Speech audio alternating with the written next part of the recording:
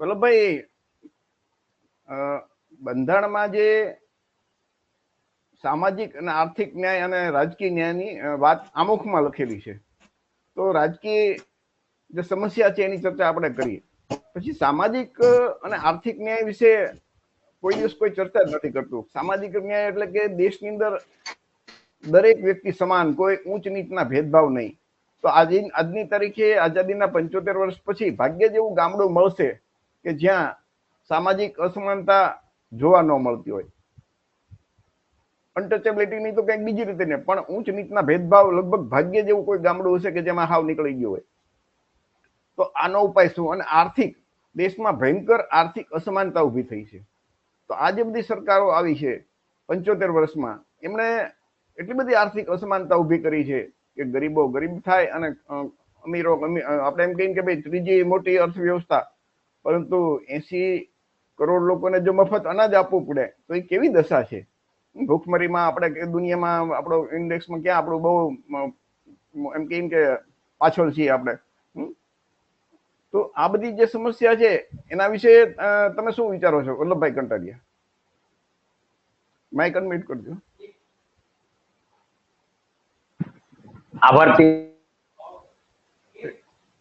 આર્થિક અસમાનતા છે જે સમરસતા સમાજમાં નથી આવતી, એ પણ એન કેન પ્રકારે રાજકીય દેન છે કે સત્તામાં એક સમાજ જે આર્થિક અને સામાજિક ને શૈક્ષણિક સમાજથી વંચિત છે, જે એ સમાજને સત્તામાં સૌથી મોટો મતદાર સમાજ છે, તો એને જ્યાં સુધી સત્તામાં ભાગીદારી ન દેવામાં આવે, સત્તામાં જો એમને ભાગીદારી દેવામાં આવે તો તેમની સાથે ગ્રામ્ય લેવલે પણ સામાજિક અસમાનતા નહીં રહે. કારણ કે સમાજને પ્રવાહ સાથે એમને ભેળવવા જ પડશે બધાએ. પણ માત્ર ને માત્ર વોટ બેંક તરીકે એમનો ઉપયોગ થાય છે. એટલે જ્યાં સુધી આપણા ઓબીસી સમાજ મોટો સમાજ છે એ જાગશે નહીં, અને જે પક્ષો એમનો ઉપયોગ કરે છે એ ઉપયોગ કરે એ વખતે જ્યારે એમને મત અધિકાર દ્વારા જે તાકાત બતાવવાની છે એ તાકાત બતાવીને જે સમાનતાની સમરસતાની વાત કરતી હોય એ સરકારને જો એ ચૂંટીને લાવશે તો દેશની અંદર સમાનતા આવે.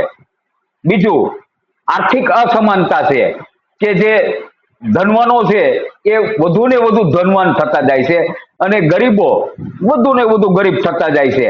હાલની પરિસ્થિતિ જોવો તો આટલી અસહ્ય મોંઘવારી છે, શિક્ષણ મોંઘું છે,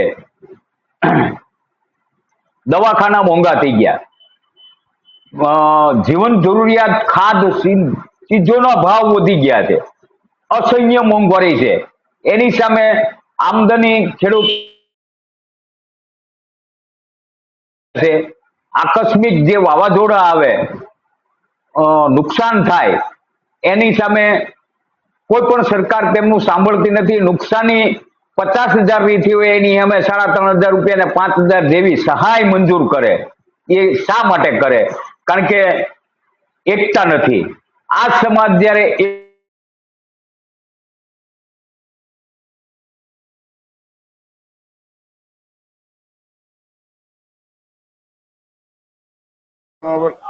વલ્લભભાઈ, તમારો અવાજ, તમારું કનેક્ટિવિટી કંઈક પ્રોબ્લેમ છે, તમારો અવાજ આવતો નથી.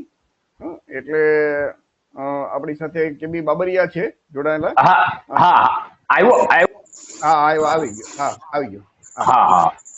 એટલે જ્યાં સુધી રાજકીય સત્તામાં ભાગીદારી આ સમાજ નહીં લે, પોતે માનશે નહીં. જો આવશે, દરેક સમસ્યાની જડ રાજકારણમાં છે.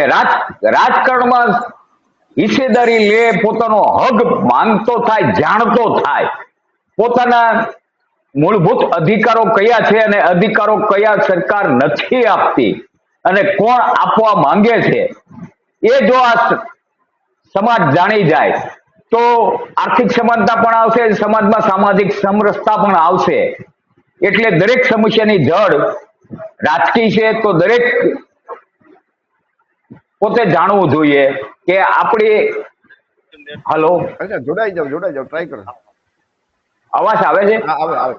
હા, એટલે જ્યાં સુધી રાજકીય સત્તામાં આપણે સંપૂર્ણ રસ લઈને ભાગીદારી નહીં માંગીએ ત્યાં સુધી આ અસમાનતા રહેવાની અને કોઈ પણ સવર્ણની સરકાર ક્યારેય પણ સામેથી આપવાની નથી, માત્ર ને માત્ર વોટ બેંક તરીકે ઉપયોગ જ કરવાની છે.